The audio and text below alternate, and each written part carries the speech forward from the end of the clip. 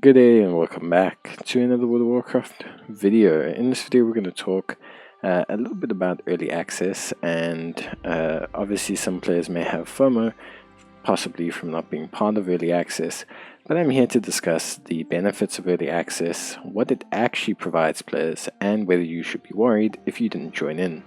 And to cut a long story short, outside of FOMO, you shouldn't really worry too much. Now, in terms of the overall benefits of early access, to cut a long story short, there isn't too much that players should worry about when it comes to the early access.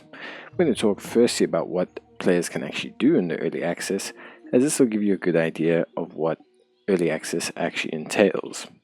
In the early access, players will have the ability to level their ults. They of course can log into their ults as always and complete the main storyline and side quests for those characters. World quests are not unlocked, and the weekly rewards will not be given for the first week due to the fact that the player base is split between early access and non-early access. So, in terms of questing, you can just do the main storyline and side quests, which yes, does help due to player population and competition for resources, but isn't a huge gain in the long run. In terms of gearing and alternative content, early access players can do delves up to tier 3, which drops very decent-ish item level, but nothing crazy, and they can also do the dungeons, but only on normal difficulty. So once again, quite restricted in terms of their access to solid item level from content. On top of that, they do have access to their professions. They can partake in gathering and also in terms of crafting, but they will not have access to their weekly crafting or profession quests, as no player will in the first week, and they will be restricted in terms of access to the full features of the specializations and knowledge trees of the professions as well. So overall, they shouldn't gain too big an advantage. So this is realistically a good thing. Now, of course, there are benefits, and we'll talk about that now.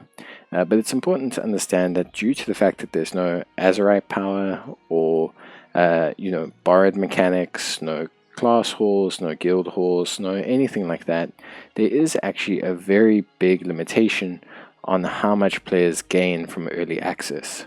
Due to the fact that there's no borrowed power mechanic or time-gated mechanisms in this expansion, a lot of the times there's a very limited gain when it comes to EA.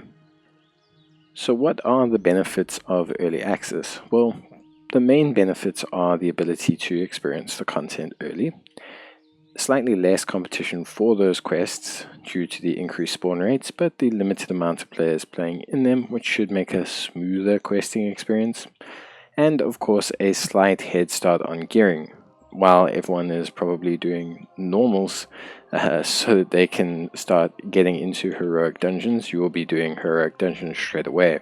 So it's not a huge gain in terms of all of that. One of the biggest gains is in terms of gathering, though. For a lot of people who are interested in making money in World of Warcraft, the early access to gathering itself alone could net you quite a sizable lump sum of gold. For players who aren't keen on making large sums of money, it's not the biggest mechanism that they need to worry about, but it is probably, for me, the only real tangible benefit that I find in terms of the expansion. Although you are locked from things like the knowledge trees and that, the ability to level your professions as well as also gather and get money is probably the most notable advantage for me, at least in terms of everything. A lot of experienced players will catch up in terms of the raiding, a lot of experienced players or dungeons, a lot of experienced players will catch up in terms of leveling with optimized routes, and of course, it is a set experience with the main quests, but I think the biggest benefit is definitely the gearing. So of course that is all the benefits, and that is what players can do. So now, should you be worried? Well, realistically, no. A lot of the times there's still ample time between the official release and the fact that it only drops heroic and anything like mythic dungeons, raids, etc. And so, barring the fact that it gives you a couple extra days advantage in terms of professions, there isn't a ginormous mechanic gain that players will get from participating in the early access.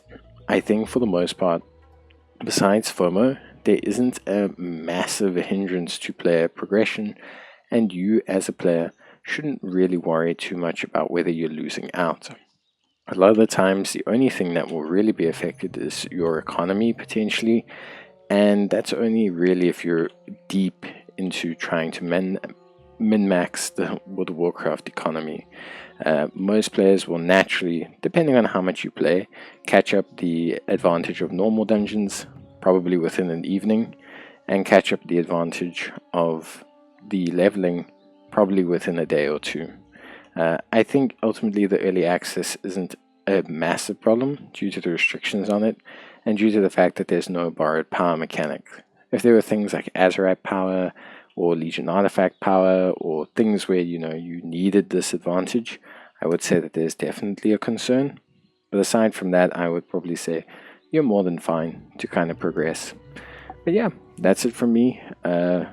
Obviously, I hope to see you guys in the next video. If you are someone who didn't get into early access or didn't buy into it, don't panic. Take your time, finish gearing up your characters, set yourself up, and join in literally 2.5 days from now, and you should be more than fine. My progression guide will help you out, and you'll be good to go within no time. You'll catch up, and you'll be ready to enjoy the war with an experience. But that's it from me. See you guys next time. Bye.